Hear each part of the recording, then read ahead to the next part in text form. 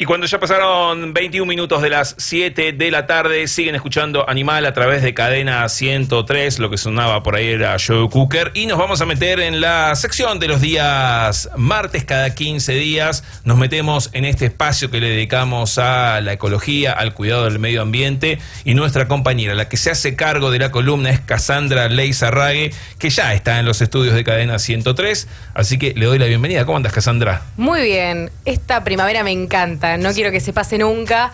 Hoy es un día importante. No quiero hablar más del clima, porque hoy es un día importante. Porque tenemos a alguien más en el estudio. Bien, muy bien. Una persona que está muy capacitada en las temáticas que venimos tratando, en este caso la del cambio climático, que es una temática central, ¿no?, en las cuestiones de ecología y medio ambiente. Así que muy contenta de traer a este especialista, que es profesora e investigador de la FIO en las áreas de energías renovables y cambio climático. Y él es Gabriel Blanco, así que te doy la bienvenida. Gabriel, ¿cómo estás? Hola, Cassandra, ¿cómo están? Gracias por invitarme. Un gusto estar acá. No hay de qué, el gusto es mío. Me encanta cómo nos vamos pasando, el cómo estás. Tenemos otra gente en el estudio y siguen apareciendo. Así hasta las 8 de la noche. Pero bueno, así que hoy vamos a tratar un poco esta temática que es tan central y es crucial, ¿no? Hoy en día es una temática que nos atraviesa tanto adultos como jóvenes, no importa el rango etario, tampoco es una cuestión partidaria. Así que muy contenta de poder seguir tratando esta temática en esta radio. Y bueno, primero para contarles que siempre yo nombro a la COP, que es la Convención de las Naciones Unidas sobre el Cambio Climático, y Gabriel estuvo siendo partícipe en el equipo de negociación de la Argentina, así que también sumar eso para que tengan en cuenta que no es algo que no existe la COP, que siempre la nombro, no, sí hay personas que están especializadas y se han introducido e incursionado en esa movilización que es tan grande que es la COP. Así que, Gabriel, vamos a comenzar. ¿Estás preparado? Totalmente. Totalmente. Bueno, primeramente quiero saber qué es para vos trabajar en ambiente. ¿Por qué te involucraste en esta causa? Bueno, a ver, la temática ambiental siempre la tuve presente desde que estudiaba tal vez en la universidad y siempre la veo asociada, y me gusta tratarla así, asociada en realidad a todo lo que nos ocurre y a cómo los países crecen y a cómo las sociedades se desarrollan.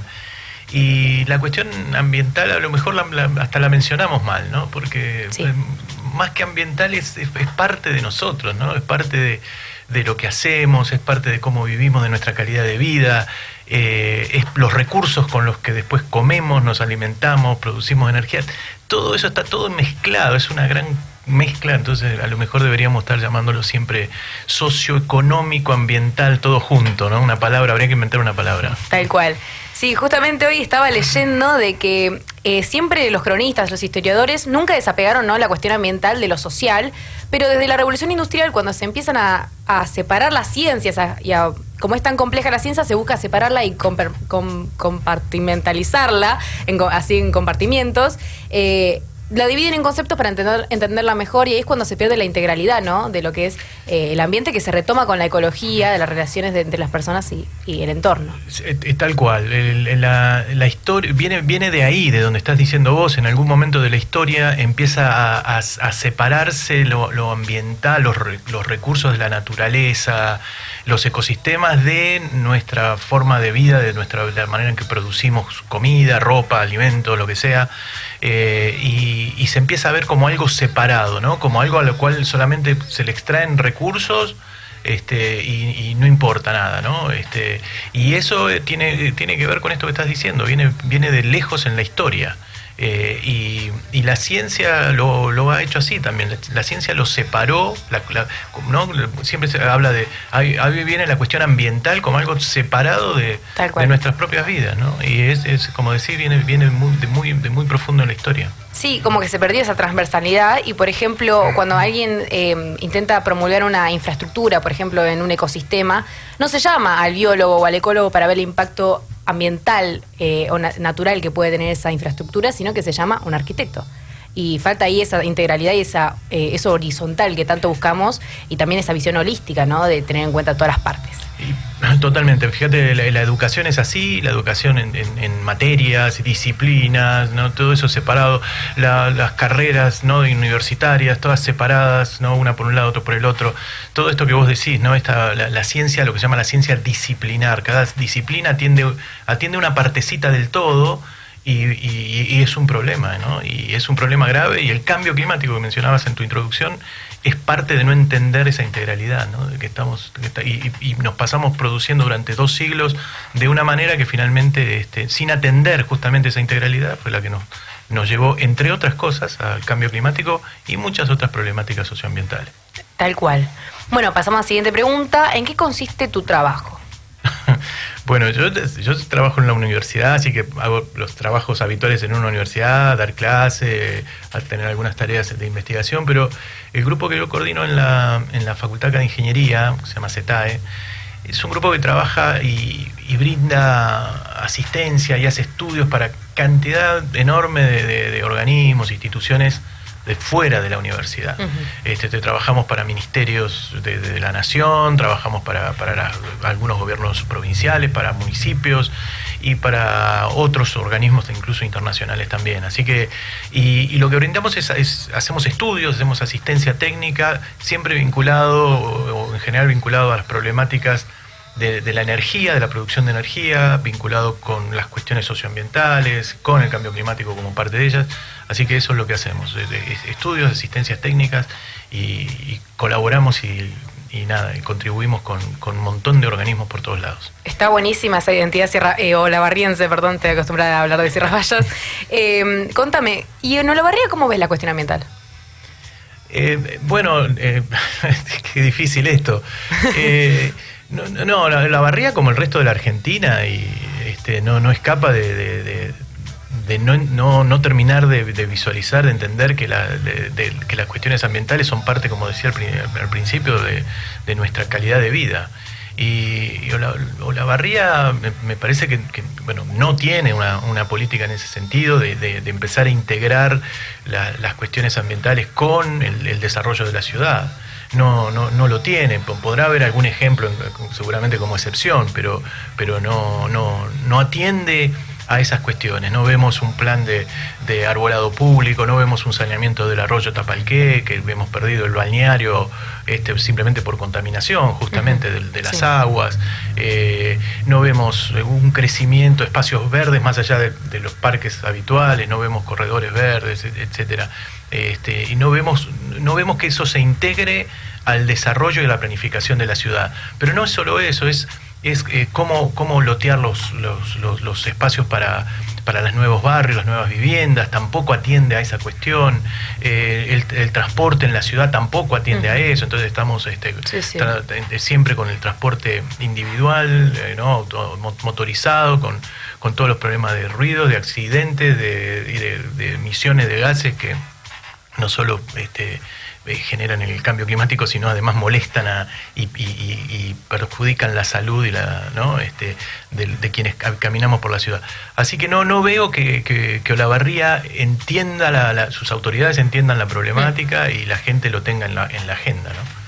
Sí, también, como decías vos, sucede en todas las escalas, como la temática ambiental ayornada completamente de la agenda política, por ejemplo, y cuando se intenta promulgar alguna política pública, flaquean esas leyes o flaquean esas normativas por intereses económicos, por avales políticos. Entonces hay que repensar yo creo que también, como decías vos, toda la cuestión y desarraigarlo de lo meramente natural. Totalmente, tiene que empezar a ser parte de cada una de las políticas públicas en las distintas áreas. De nuevo, ¿no? Hablemos de lo que hablemos, la cuestión ambiental va a estar asociada a eso. Hablemos de transporte y política de transporte, la cuestión ambiental va a estar intrincada ahí, inmersa en eso. Hablemos de las políticas de uso de la tierra, de la agricultura, de la ganadería, ni que hablar. De la política energética, ni que hablar. Todo, digamos, la cuestión ambiental está integrada en cada una de esas áreas de desarrollo, y bueno, no se ve así.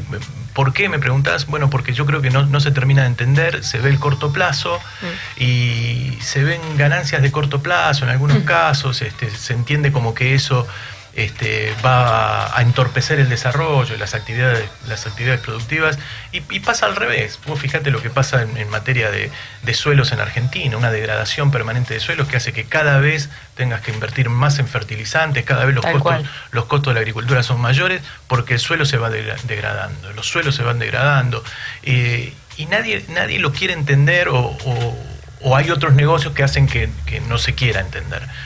Lo mismo con la producción de energía, y bueno, podemos hablar largo de eso, con todas las problemáticas que nos genera la energía en la Argentina. Seguimos apostando por el mismo modelo, ¿no?, de explotación de gas y petróleo, que está bien, nos trajo hasta acá, no vamos a hacer revisionismo histórico, pero tenemos que empezar a pensar como qué queremos para adelante. Seguimos involucrados en ese desarrollo, con todas las problemáticas que tiene, no solo socioambientales, sino económicas, no subsidios, etcétera, toda la historia de las tarifas que nos persigue, me parece que un karma que tenemos.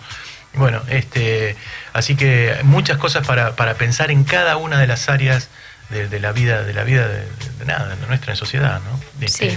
Sí. Tal cual. Como vos decías, esto de mientras más tardemos, ¿no?, en intentar solventar, ¿no?, la crisis climática, este desafío, más va a costar adaptarse o mitigar todos los impactos negativos que tiene tanto en las ciudades, en los ámbitos rurales. Digamos, es una problemática que engloba un montón de cosas y que tal vez si se empieza a poner el foco en ella, se pueden solucionar muchas otras. Está todo íntimamente relacionado. Cuando hablábamos la semana pasada, que nos reunimos, nombraste la masa crítica como un camino colectivo que puede cambiar este modelo contaminante en el cual nos vemos inmersos. ¿Cómo hay que afrontar el cambio climático? ¿Es la individualidad una solución?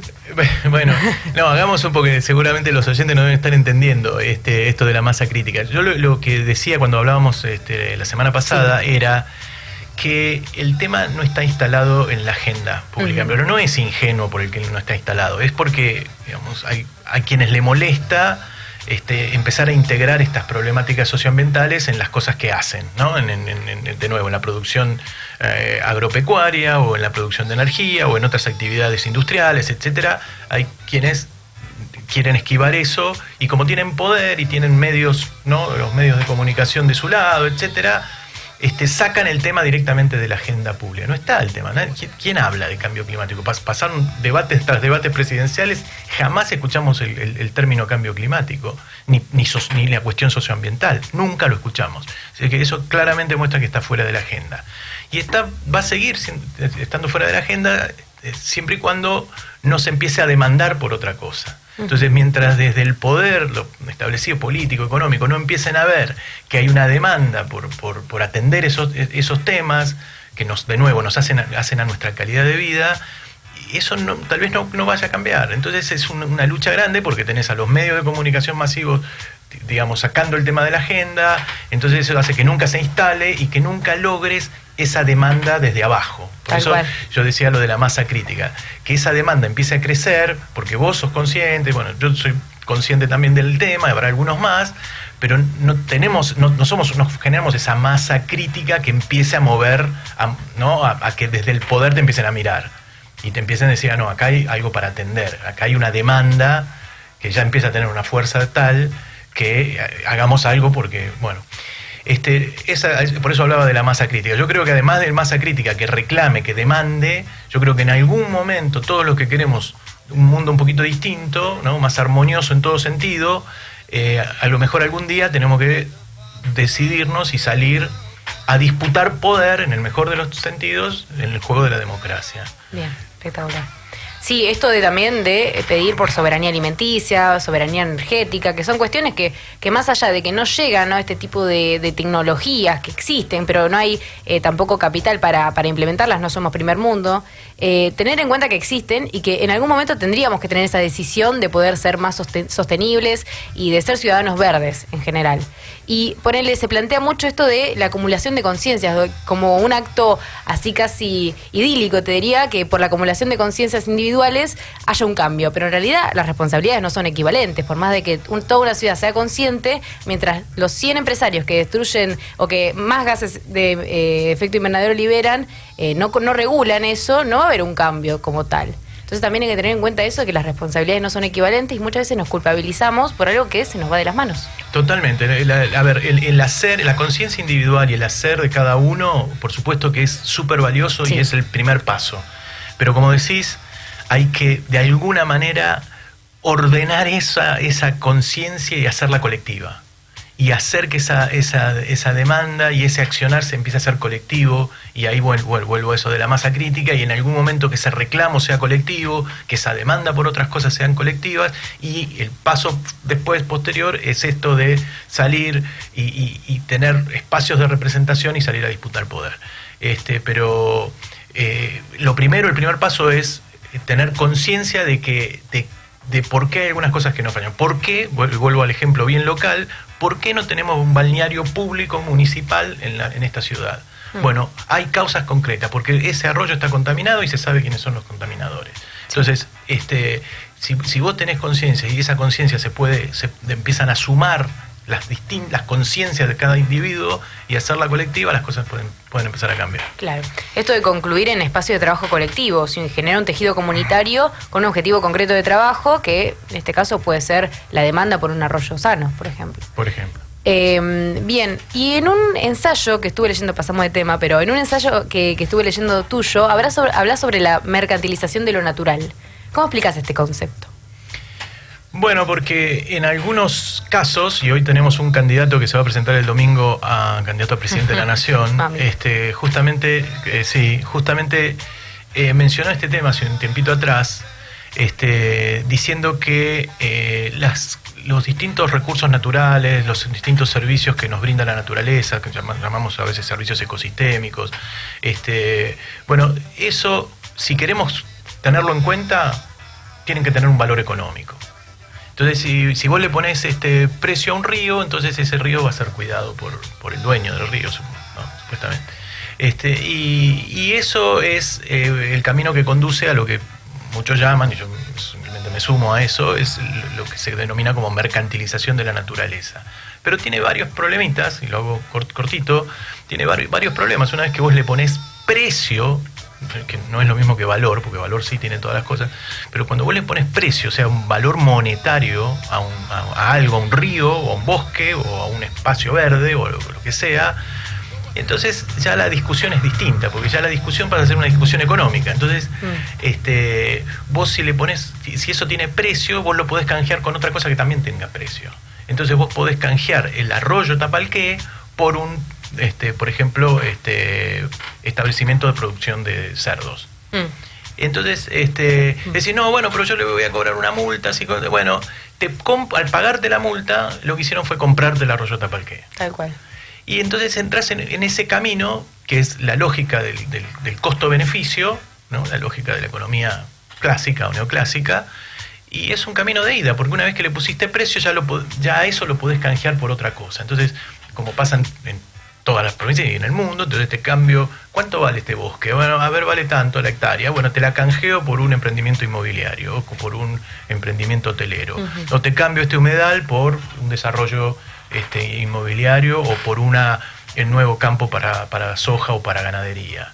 Y el humedal desapareció, porque le pusiste un precio y el valor de la soja tiene el mismo o más que eso, y ya pasó a ser la soja la protagonista del lugar. Y así, entonces es un camino de ida. La mercantilización de la naturaleza es un camino sin retorno. Bien. Sí, una perspectiva muy interesante. Yo cuando leía el ensayo dije, mira, nunca lo había pensado de esta forma, y realmente es impactante pensar en que un candidato tiene esta mirada, ¿no? Y un candidato que tranquilamente podría ser presidente porque está en las elecciones. Eso es más preocupante aún. Y habiendo tantos ensayos, tantos documentos o investigaciones acerca del cambio climático, que es un hecho comprobado científicamente, ¿de dónde viene ese negacionismo climático? Bueno, a ver, el negacionismo climático hay dos cuestiones. Una, la más tonta, es un desconocimiento absoluto y demás, pero esa no es la principal. La principal viene de intereses bien concretos que quieren seguir, digamos, disfrutando de los beneficios que han disfrutado durante los últimos 200 años. Entonces vos tenés las grandes corporaciones petroleras que han alimentado ese negacionismo durante varias décadas, desde que se empezó a conocer esta relación entre el uso de petróleo, de gas, de carbón, con las emisiones que generan el calentamiento global. Entonces las compañías petroleras, los países petroleros también han digamos, invertido en desinformar y en negar la problemática.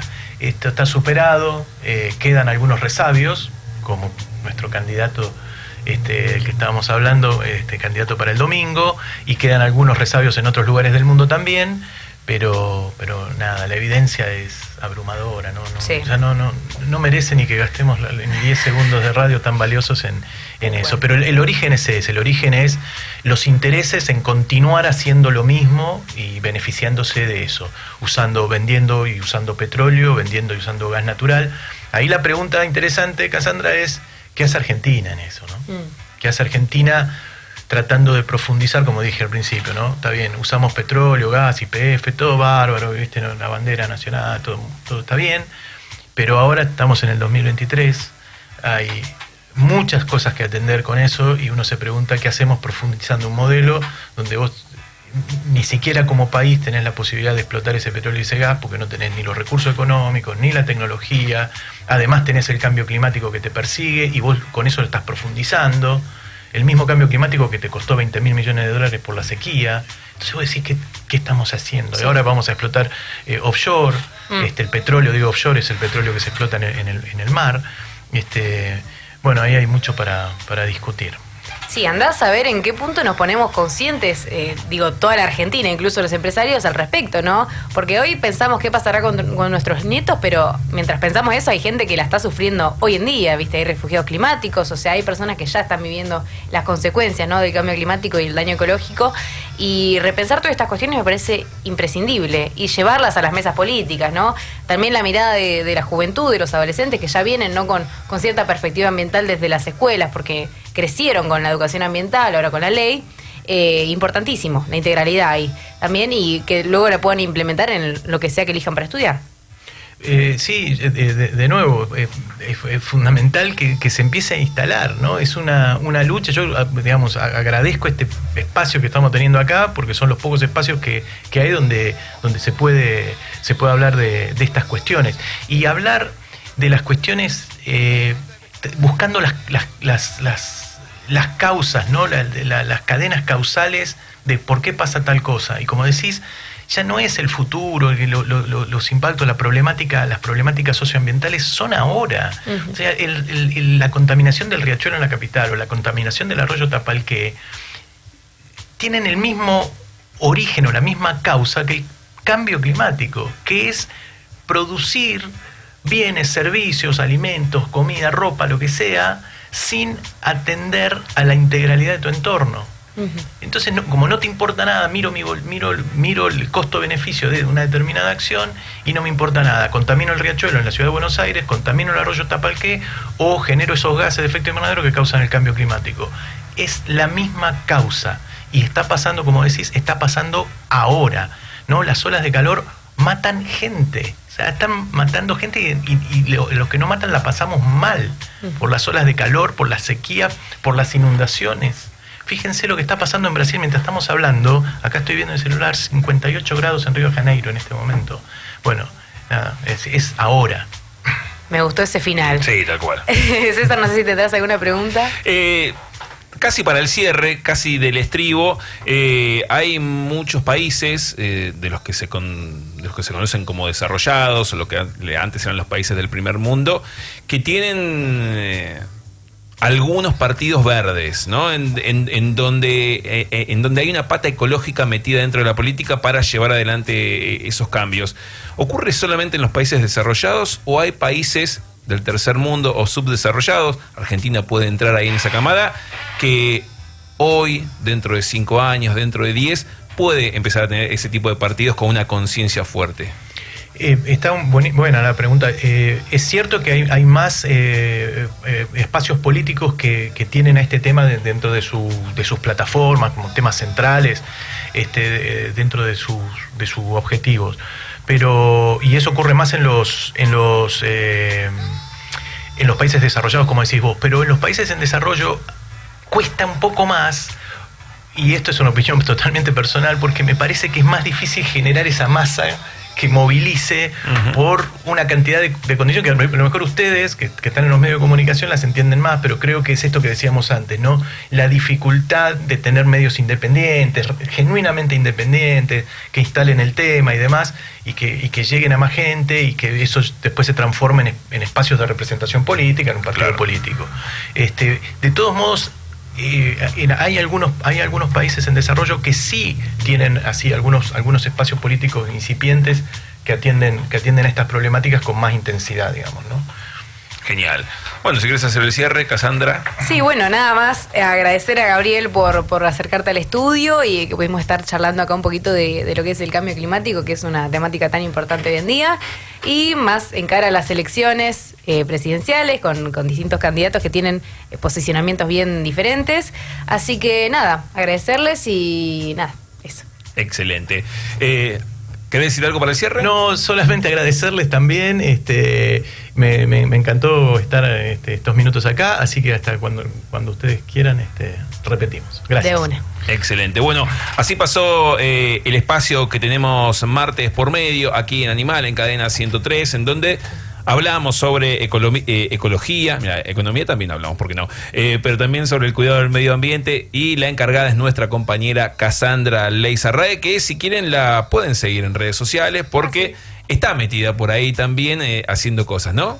Sí, estoy como Cassandra Leiz en Instagram y ahí tienen el anexo a la organización ecológica juvenil que es Accionar Verde, que estamos trabajando ahí con mesas juveniles y erradicando basurales, así que síganos. Cassandra, gracias. Gracias a vos, César. Ya pasaron ¿cuánto? Mirá, 47 minutos de las 7